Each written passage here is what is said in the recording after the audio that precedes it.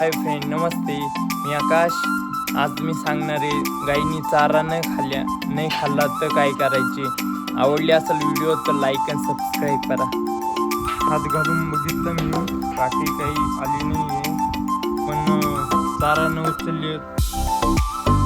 काठी आली तर जिबीला काय चोळायचं ते सांगतो.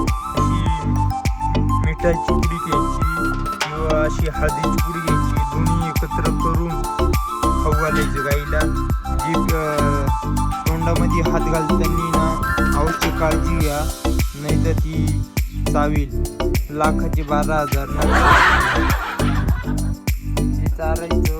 त्याच्यानंतर 3-4 दिवस चारायचं. काठी आली असेल तर, काठी नाही आली असेल तर मग कुटायची. मी सांगतो की असं थर्मामीटर भेटतं मेडिकलमध्ये 100 रुपयाला. ज्याच्याकडे जनावर आहे त्यांनी अवश्य घेतलं पाहिजे. चेक करायचा. आता हिला 101.6 आहे. 102 पॉईंट असला तर नॉर्मली एक गोळी आणायची, मेडिकलमध्ये भेटती, किंवा डॉक्टरच्या सल्ल्याने घ्यायची. किंवा 104च्या आसपास असला ना तर डॉक्टरांचा संपर्क साधायचा.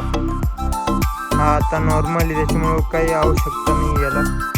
हे थर्मामीटर आहे, याला पाणी नाही लागून द्यायचं. त्याच्यामुळं याला पिशवीत घालायचं, कॅरी बॅगमध्ये पॅक करून ठेवायचं. किंवा हे गाई तपासली किंवा त्याच्यानंतर पाणी लागलं तर खराब होऊन जातं. अशी लांब बाटली घ्या अवश्य, आणि तिला ठसका जाऊन देऊ नका ती गोळ्या पाजताना.